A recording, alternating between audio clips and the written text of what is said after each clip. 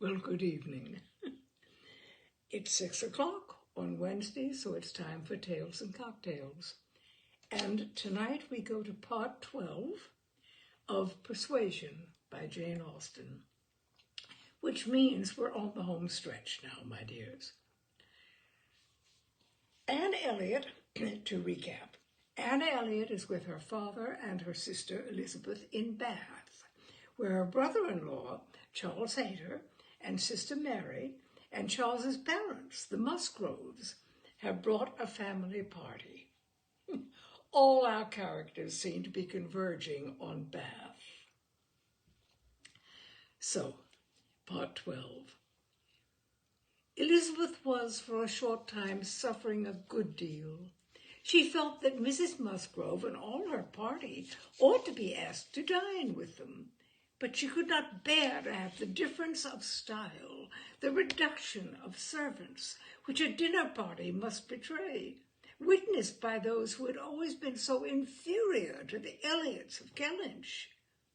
It was a struggle against propriety and vanity, but vanity got the better, and then Elizabeth was happy again. These were her internal persuasions, old-fashioned notions, country hospitality. We do not profess to give dinners. Few people in Bath do. Lady Alicia never does. Did not even ask her own sister's family, though they were here a month. And I dare say it would be very inconvenient to Mrs. Musgrove. Put her quite out of her way. I am sure she would rather not come. She cannot feel easy with us. I will ask them all for an evening. That will be much better. That will be a novelty and a treat. They have never seen two such drawing rooms before. They will be delighted to come tomorrow evening. It shall be a regular party, small, but most elegant. And this satisfied Elizabeth. And when the invitation was given to the two present and promised for the absent, Mary was as completely satisfied. She was particularly asked to meet Mr. Elliot and to be introduced to Lady Dalrymple and Miss Carteret, who were fortunately already engaged to come, and she could not have received a more gratifying attention. Miss Elliot was to have the honor of calling on Mrs. Musgrove in the course of the morning, and Anne walked off with Charles and Mary to go and see her and Henrietta directly. Her plan of sitting with Lady Russell must give way for the present. They all three called in River Street for a couple of minutes, but Anne convinced herself that a day's delay of the intended communication could be of no consequence, and hastened henceforth to the White Hart to see again the friends and companions of the last autumn, with an eagerness of goodwill which many associations contributed to form. They found Mrs. Musgrove and her daughter within, and by themselves, and Anne had the kindest welcome from each. Henrietta was exactly in that state of recently improved views, of fresh-formed happiness, which made her full of regard and interest for everybody she had ever liked before at all, and Mrs. Musgrove's real affection for herself had been won by her usefulness when they were in distress. It was a heartiness and a warmth and a sincerity which Anne delighted in the more from the sad want of such blessings at home. She was entreated to give them as much of her time as possible, invited for every day and all day long, or rather claimed as part of the family.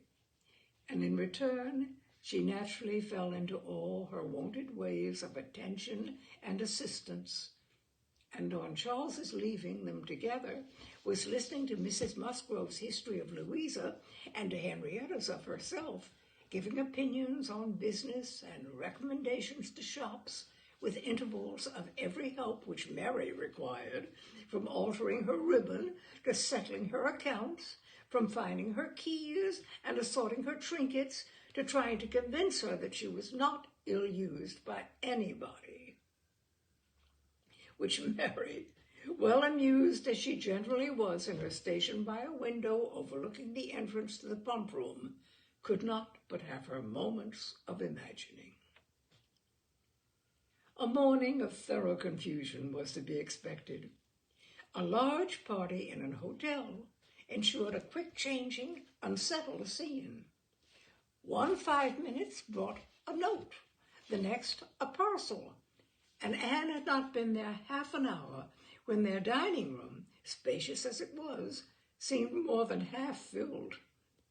A party of steady old friends was seated round Mrs. Musgrove, and Charles came back with Captains Harville and Wentworth. The appearance of the latter could not be more than the surprise of the moment. It was impossible for her to have forgotten to feel that this arrival of their common friends must soon be bringing them together again. Their last meeting had been most important in opening his feelings. She had derived from it a delightful conviction, but she feared from his looks that the same unfortunate persuasion which had hastened him away from the concert room still governed. He did not seem to want to be near enough for conversation. She tried to be calm and leave things to take their course, and tried to dwell much on this argument of rational dependence. Surely, if there be constant attachment on each side, our hearts must understand each other ere long. We are not boy and girl to be captiously irritable, misled by every moment's inadvertence, and wantonly playing with our own happiness. And yet, a few minutes afterwards, she felt as if their being in company with each other under their present circumstances could only be exposing them to inadvertencies and misconstructions of the most mischievous kind. "Anne," cried Mary, still at her window, "there is Mrs. Clay, I am sure, standing under the colonnade, and a gentleman with her. I saw them turn the corner from Bath Street just now. They seem deep in talk. Who is it? Come and tell me. Good heavens, I recollect, it is Mr. Elliot himself." "No," cried Anne quickly, "it cannot be Mr. Elliot, I assure you. He was to leave Bath at 9 this morning, and does not come back till tomorrow." As she spoke, she felt that Captain Wentworth was looking at her, the consciousness of which vexed and embarrassed her, and made her regret that she had said so much, simple as it was. Mary, resenting that she should not be supposed to know her own cousin, began talking very warmly about the family features, and protesting still more positively that it was Mr. Elliot, calling again upon Anne to come and look herself. But Anne did not mean to stir, and tried to be cool and unconcerned. Her distress returned, however, on perceiving smiles and intelligent glances pass between 2 or 3 of the lady visitors, as if they believed themselves quite in the secret. It was evident that the report concerning her had spread, and a short pause succeeded, which seemed to ensure that it would now spread farther. "Do come, Anne," cried Mary. "Come and look yourself. You will be too late if you do not make haste. They are parting. They are shaking hands. He's turning away. Not know Mr. Elliot, indeed. You seem to have forgot all about Lyme." To pacify Mary, and perhaps screen her own embarrassment, Anne did move quietly to the window.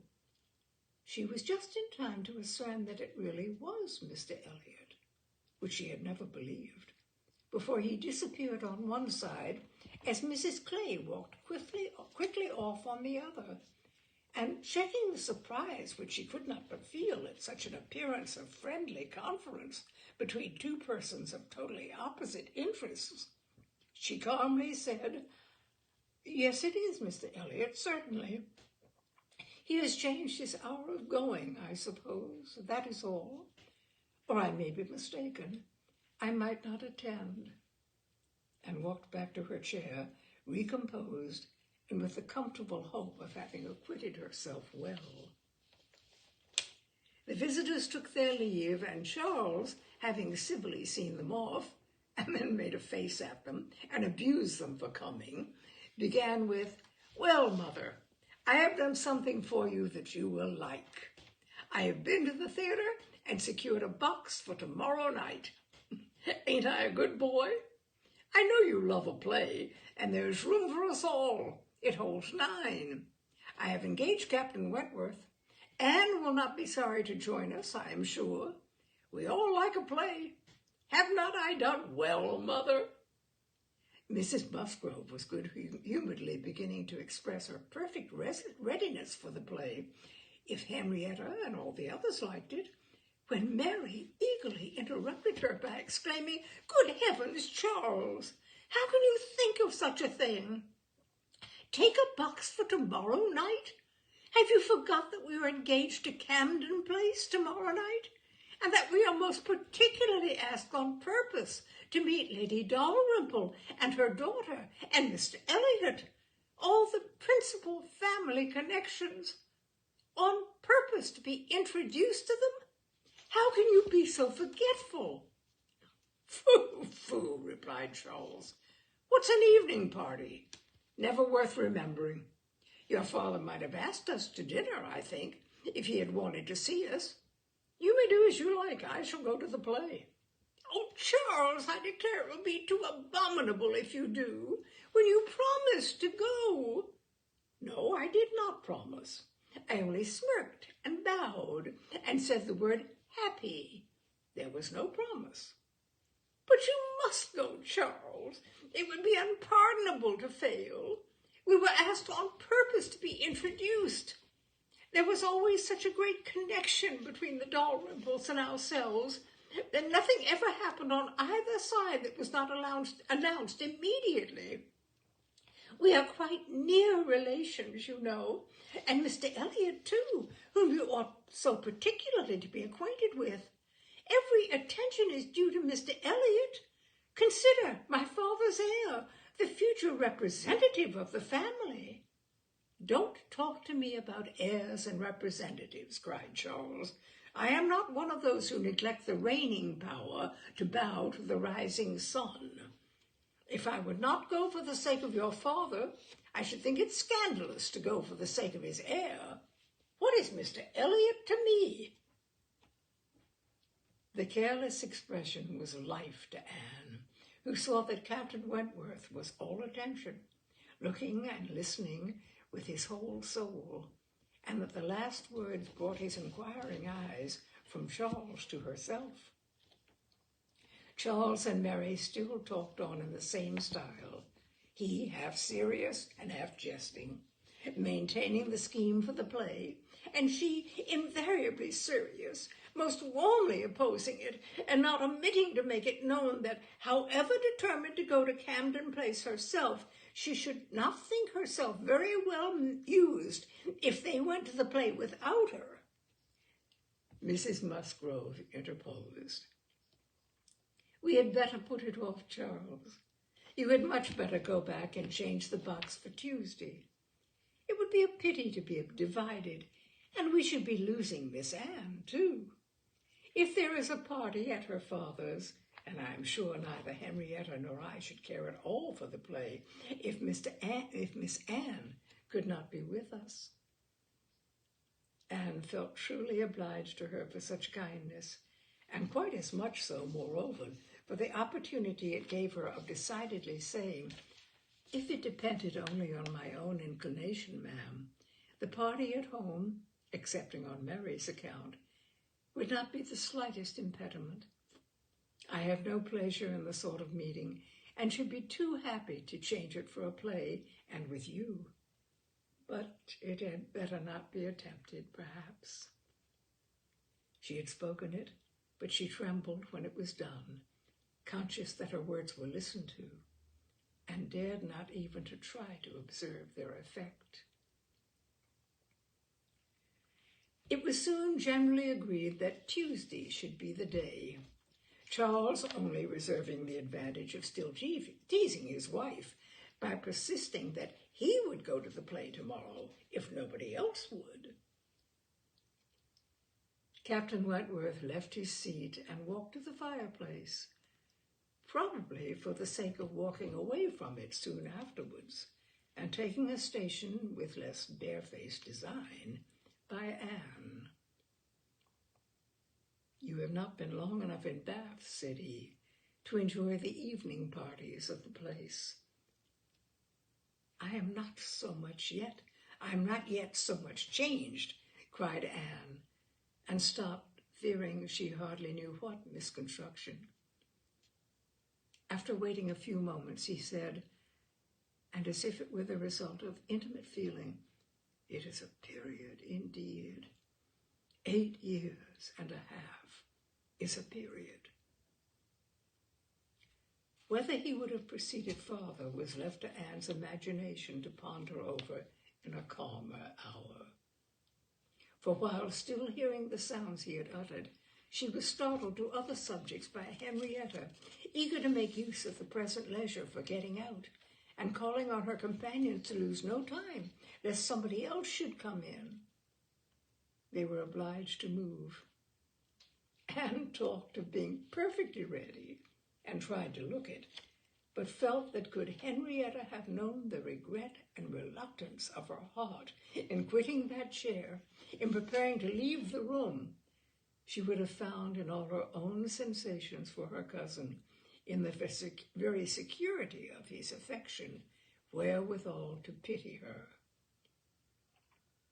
Their preparations, however, were stopped short. Alarming sounds were heard. Other visitors approached, and the door was thrown open for Sir Walter and Miss Elliot, whose entrance seemed to give a general chill. Anne felt an instant oppression, and wherever she looked saw symptoms of the same. The comfort, the freedom, the gaiety of the room was over, hushed into cold composure, determined silence, or insipid talk, to meet the heartless elegance of her father and sister. How mortifying to feel that it was so. Her jealous eye was satisfied in one particular. Captain Wentworth was acknowledged again by each, by Elizabeth more graciously than before. She even addressed him once, and looked at him more than once. Elizabeth was, in fact, revolving in great measure. The sequel explained it. After the waste of a few minutes in saying the proper nothings, she began to give the invitation which was to comprise all the remaining dues of the Musgroves. Tomorrow evening, to meet a few friends, no formal party. It was all said very gracefully, and the cards with which she had provided herself, the Miss Elliot at home, were laid on the table, with a courteous, comprehensive smile to all, and one smile and one card, more decidedly for Captain Wentworth.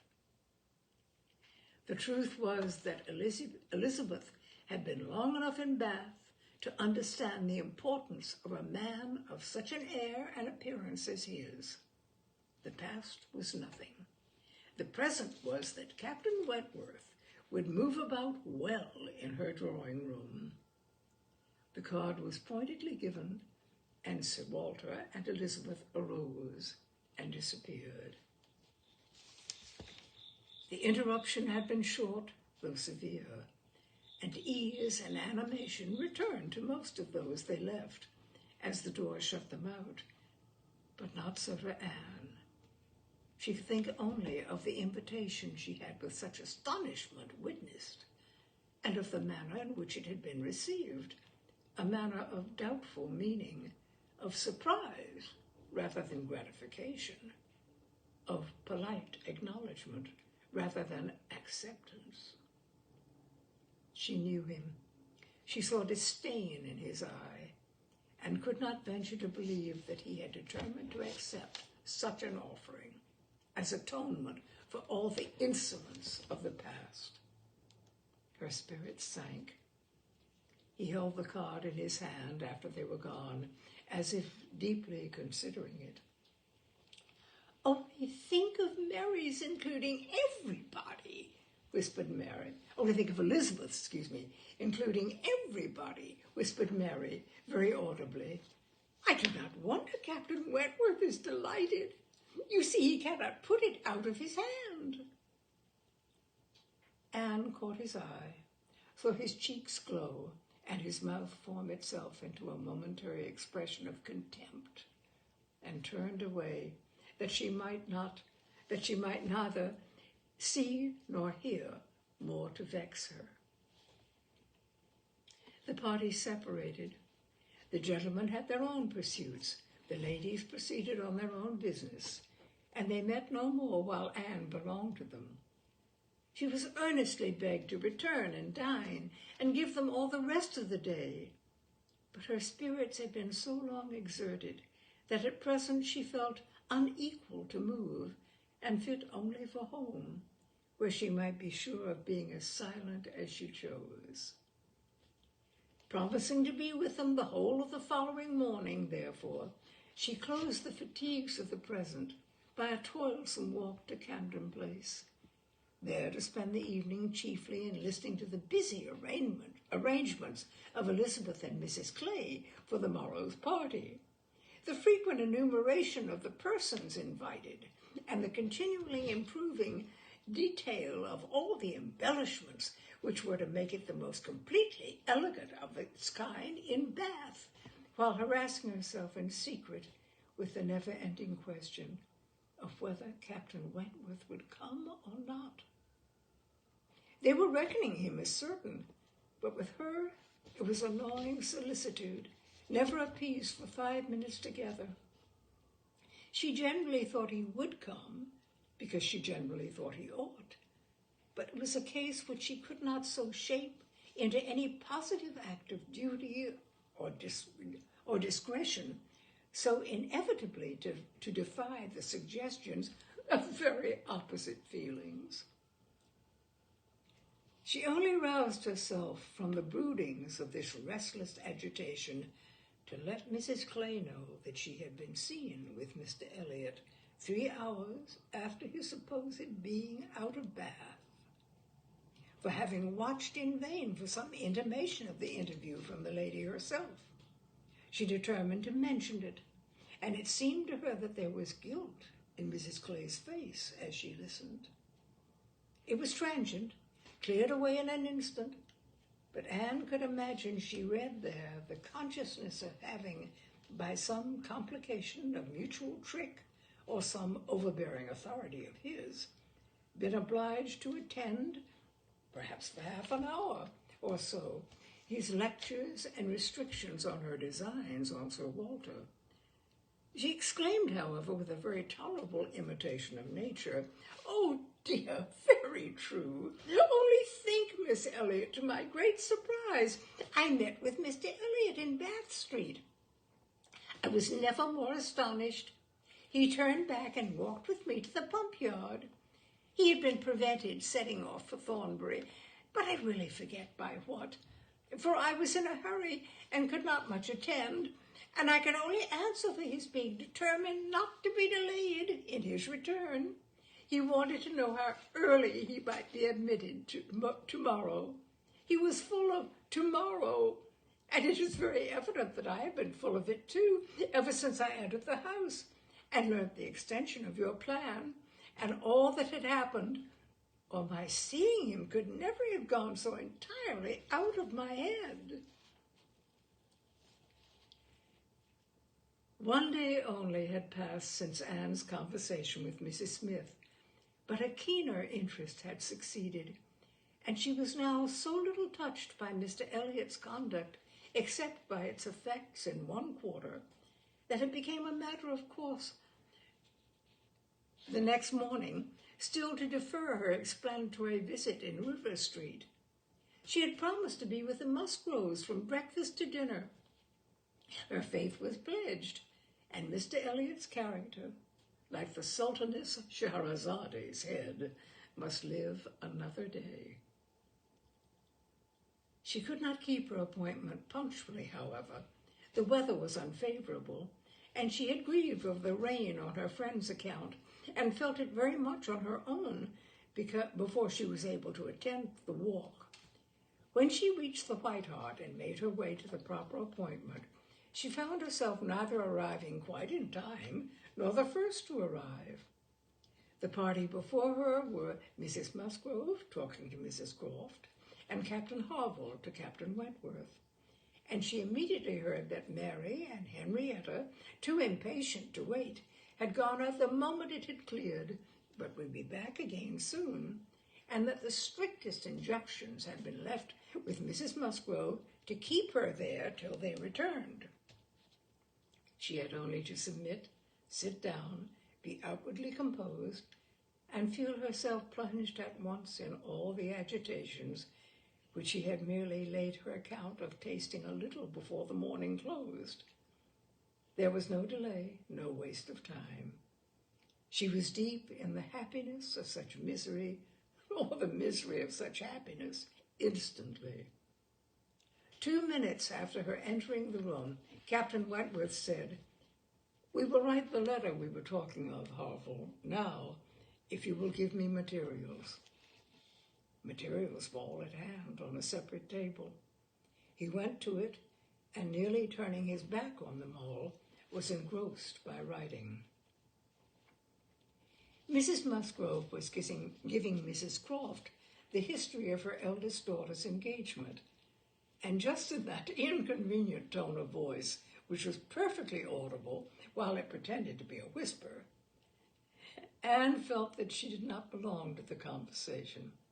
And yet, as Captain Harville seemed thoughtful and not disposed to talk, she could not avoid hearing many undesirable particulars, such as how Mr. Musgrove and my brother Hayter had met again and again to talk it over, what my brother Hayter had said one day, and what Mr. Musgrove had proposed the next, and what had occurred to my sister Hayter, and what the young people had wished, and what I said at first I never could consent to, but was afterwards persuaded to think might do very well, and a great deal in the same style of open-hearted communication. Minutiae, which even with every advantage of taste and delicacy which good Mrs. Musgrove could not give, could be properly interesting only to the principals. Mrs. Croft was attending with great good humor, and whenever she spoke at all, it was very sensibly.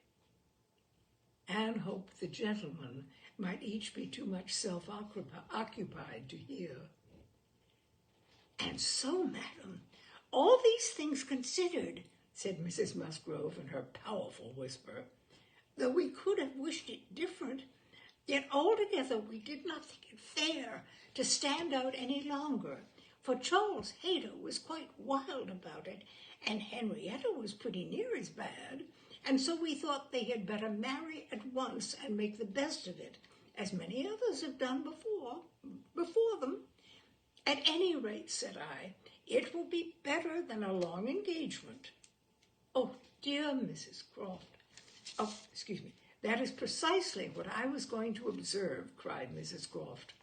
"I would rather have young people settle on a small income at once and have to struggle with a few difficulties together than be involved in a long engagement. I always think that "Oh, dear Mrs. Croft," cried Mrs. Musgrove, unable to let her finish her speech, "there is nothing I so abominate for young people as a long engagement. It is what I always protested against for my children. It is all very well, I used to say, for young people to be engaged if there is a certainty of their being able to marry in 6 months, or even in 12, but a long engagement." "Yes, dear ma'am," said Mrs. Croft, "or an uncertain engagement, an engagement which may be long. To begin without knowing that at such a time there will be the means of marrying, I hold to be very unsafe and unwise, and what I think all parents should prevent as far as they can." Anne found an unexpected interest here. She felt its application to herself, felt a nervous thrill all over her, and at the same moment that her eyes instinctively glanced toward the distant table, Captain Wentworth's pen ceased to move. His head was raised, pausing, listening, and he turned round the next instant to give a look, one quick, conscious look at her. The two ladies continued to talk, to re-urge the same admitted truths, and enforce them with such examples of the ill effect of a contrary practice as had fallen within their observation. But Anne heard nothing distinctly. It was only a buzz of words in her ear. Her mind was in confusion. Captain Harville, who had in truth been hearing none of it, now left his seat and moved to a window, and Anne, seeming to watch him, though it was from thorough absence of mind, became gradually sensible that he was inviting her to join him where he stood.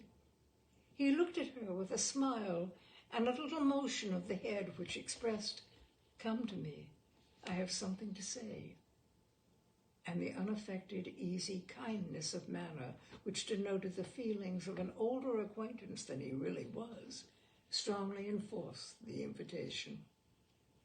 She roused herself and went to him. The window at which he stood, which was at the other end of the room from where the two ladies were sitting, and though nearer to Captain Wentworth's table, not very near. As she joined him, Captain Harville's countenance resumed the serious, thoughtful expression which seemed its natural character. "Look here," said he, unfolding a parcel in his hand and displaying a small miniature painting. "Do you know who that is?" "Certainly, Captain Benwick." "Yes, and you may guess who it is for. But it was not done for her, Miss Elliot. Do you remember our walking together at Lyme and grieving for him? I little thought then, but no matter. This was drawn at the Cape. He met with a clever young German artist at the Cape, and in compliance with a promise to my poor sister, sat to him and was bringing it home for her. And I have now the charge of getting it properly set for another. It was a commission to me, but who else was there to employ? I hope I can allow for him. I am not sorry indeed to make it over to another. He undertakes it, looking toward Captain Wentworth. He is writing about it now. And with a quivering lip, he wound up the whole by saying, Poor Fanny, she would not have forgotten him so soon. No, replied Anne, in a low, feeling voice. That I can easily believe. It was not in her nature. She doted on him. It would not be in the nature of any woman who truly loved. Captain Harville smiled, as much as to say, Do you claim that for your sex? And she answered the question, smiling also, Yes. We certainly do not forget you as soon as you forget us. It is perhaps our fate rather than our merit. We cannot help ourselves. We live at home, quiet, confined, and our feelings prey upon us. You are forced on exertion. You have always a profession, pursuits, business of some sort or other to take you back into the world immediately, and continual occupation and change soon weaken impressions. Granting your assertion that the world does all this so soon for men, which, however, I do not think I shall grant, it does not apply to Benwick. He has not been forced upon any exertion. The peace turned him on shore at the very moment, and he has been living with us in our little family circle ever since. True, said Anne, very true. I did not recollect. But what shall we say now, Captain Harville? If the change be not from outward circumstances, it must be from within. It must be nature, man's nature, which has done the business for Captain Benwick. No, no, it is not man's nature. I will not allow it to be more man's nature than woman's, to be inconstant and forget those they do love or have loved. I believe the reverse. I believe in a true analogy between our bodily frames and our mental, and that as our bodies are the strongest, so are our feelings, capable of bearing most rough usage and riding out the heaviest weather. Your feelings may be the strongest, replied Anne, but the same spirit of analogy will authorize me to assert that ours are the most tender. Man is more robust than woman, but he is not longer lived, which exactly explains my view of the nature of their attachments. Nay, it would be too hard upon you if it were otherwise. You have difficulties and privations and dangers enough to struggle with. You are always laboring and toiling, exposed to every risk and hardship. Your home, country, friends, all quitted, neither time nor health nor life to be called your own. It would be too hard indeed, with a faltering voice, if woman's feelings were to be added to all this. We shall never agree upon this question, Captain Harville was beginning to say, when a slight noise called their attention to Captain Wentworth's hitherto perfectly quiet division of the room. It was nothing more than that his pen had fallen down, but Anne was startled at finding him nearer than she had supposed, and half inclined to suspect that the pen had only fallen because he had been preoccupied by them, striving to catch sounds which yet she did not think he could have caught. "Have you finished your letter?" said Captain Harville. "Not quite. A few lines more. I shall have done in 5 minutes. There's no hurry on my side. I am only ready whenever you are. I am in very good anchorage here," smiling at Anne, "well supplied and want for nothing. No hurry for a signal at all." "Well, Miss Elliot," lowering his voice, "as I was saying, we shall never agree, I suppose, upon this point. No man and woman would, probably. But let me observe that all histories are against you, all stories, prose and verse. If I had such a memory as Benwick, I could bring you 50 quotations in a moment on my side of the argument. And I do not think I ever opened a book in my life which had not something to say upon woman's inconstancy. Songs and proverbs all talk of woman's fickleness. But perhaps you will say, these were all written by men. Perhaps I shall. Yes, if you please. No reference to examples in books. Men have had every advantage of us in telling their own story. Education has been theirs in so much higher a degree. The pen has been in their hands. I will not allow books to prove anything. But how shall we prove anything? We never shall. We never can expect to prove anything upon such a point. It is a difference of opinion which does not admit of proof. We each begin, probably, with a little bias towards our own sex, and upon that bias build every circumstance in favor of it which has occurred within our own circle, many of which circumstances, perhaps those very cases which strike us the most, may be precisely such as cannot be brought forward without betraying confidence, or in some respect saying what should not be said. "Ah," cried Captain Harville, in a tone of strong feeling, "if I could but make you comprehend what a man suffers when he takes a last look at his wife and children and watches the boat that he has sent them off in, as long as it is in sight, and then turns away and says, God knows whether we ever meet again. And then, if I could convey to you the glow of his soul when he does see them again, when coming back after 12 months' absence, perhaps, and obliged to put into another port, he calculates how soon it be possible to get them there, pretending to deceive himself and saying they cannot be here till such a day, but all the while hoping for them 12 hours sooner, and seeing them arrive at last as if heaven had given them wings by many hours sooner still. If I could explain to you all this and all that a man can bear and do and glories to do for the sake of these treasures of his existence. I speak, you know, only of such men as have hearts, pressing his own with emotion. Oh, cried Anne eagerly, I hope to do justice to all that is felt by you and by those who resemble you. God forbid that I should undervalue the warm and faithful feelings of any of my fellow creatures. I should deserve utter contempt if I dared to suppose that true attachment and constancy were known only to women. No, I believe you capable of everything great and good in your married lives.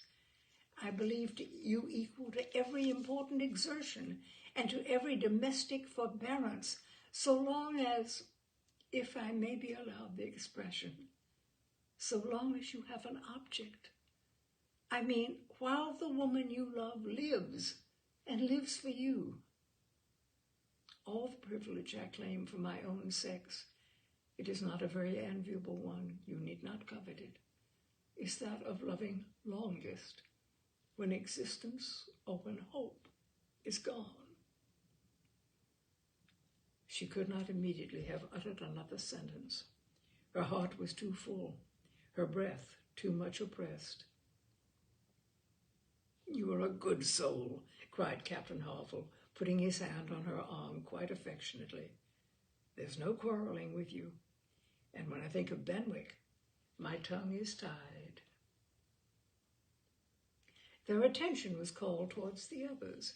Mrs. Croft was taking leave. Here, Frederick, you and I part company, I believe, said she. I'm going home, and you have an engagement with your friend. Tonight we may have the pleasure of all meeting again at your party, turning to Anne. We had your sister's card yesterday, and I understand Frederick had a card too, though I did not see it. And you are disengaged, Frederick, are you not, as well as ourselves? Captain Wentworth was folding up a letter in great haste, and either could not or would not answer fully. Yes, said he, very true. Here we separate, but Harville and I shall soon be after you. That is, Harville, if you are ready. I am in half a minute. I know you will not be sorry to be off. I am at your service in half a minute. Mrs. Croft left them, and Captain Wentworth, having sealed his letter with great rapidity, was indeed ready, and had even a hurried, agitated air, which showed impatience to be gone. Anne knew not how to understand it. She had the kindest "Good morning, God bless you," from Captain Harville, but from him, not a word, not a look. He had passed out of the room without a look. She had only time, however, to move closer to the table where he had been writing when footsteps were heard returning. The door opened. It was himself. He begged their pardon, but he had forgotten his gloves, and instantly crossing the room to the writing table and standing with his back towards Mrs. Musgrove, he drew out a letter from under the scattered paper, placed it before Anne with eyes of glowing entreaty fixed on her for a moment, and hastily collecting his gloves, was again out of the room, almost before Mrs. Musgrove was aware of his being in it. The work of an instant. The revolution which one instant had made in Anne was almost beyond expression. The letter, with the direction hardly legible to Miss A.E., was evidently the one which he had been folding so hastily. While supposing to be writing only to Captain Benwick, he had also been addressing her. On the contents of that letter depended all which this world could do for her. Anything was possible. Anything might be defied rather than suspense. Mrs. Musgrove had little arrangements of her own at her own table. To their protection she must trust, and sinking into the chair which he had occupied, succeeding to the very spot where he had leaned and written, her eyes devoured the following words. I can listen no longer in silence. I must speak to you by such means as are within my reach. You pierce my soul. I am half agony, half hope. Tell me not that I am too late, that such precious feelings are gone forever. I offer myself to you again with a heart even more your own than when you almost broke it 8 years and a half ago. Dare not say that man forgets sooner than woman, that his love has an earlier death. I have loved none but you. Unjust I may have been, weak and resentful I have been, but never inconstant. You alone have brought me to Bath. For you alone I think and plan. Have you not seen this? Can you fail to have understood my wishes? I had not waited even these 10 days could I have read your feelings as I think you must have penetrated mine. I can hardly write. I am every instant hearing something which overpowers me. You sink your voice, but I can distinguish the tones of that voice when they would be lost on others. Too good, too excellent creature, you do us justice indeed. You do believe that there is true attachment and constancy among men. Believe it to be most fervent, most undeviating in F.W. I must go, uncertain of my fate, but I shall return thither or follow your party as soon as possible. A word, a look, will be enough to decide whether I enter your father's house this evening or never. Such a letter was not to be soon recovered from. Half an hour's solitude and reflection might have tranquilized her, but the 10 minutes only, which now passed before she was interrupted, with all the restraints of her situation, could do nothing towards tranquility. Every moment rather brought fresh agitation. It was an overpowering happiness, and before she was beyond the first stage of full sensation, Charles, Mary, and Henrietta all came in. And that is part 12. I think it's part 12. Yes, of Jane Austen's Persuasion. Whew, we're on absolutely the home stretch, and it's been a lovely journey, but come with me to the rest of it. And my dears, I will see you next Wednesday at 6 o'clock at Tales and Cocktails. I'm going to be so sad to say goodbye to this. It's been lovely reading this incredible, beautiful novel. But anyway, onward we go. See you next week at this time for Tales and Cocktails. Take care, be careful, be very aware of all the problems there are, COVID-wise, etc. And do take care of yourselves, my dears. I will see you next week. Bye now.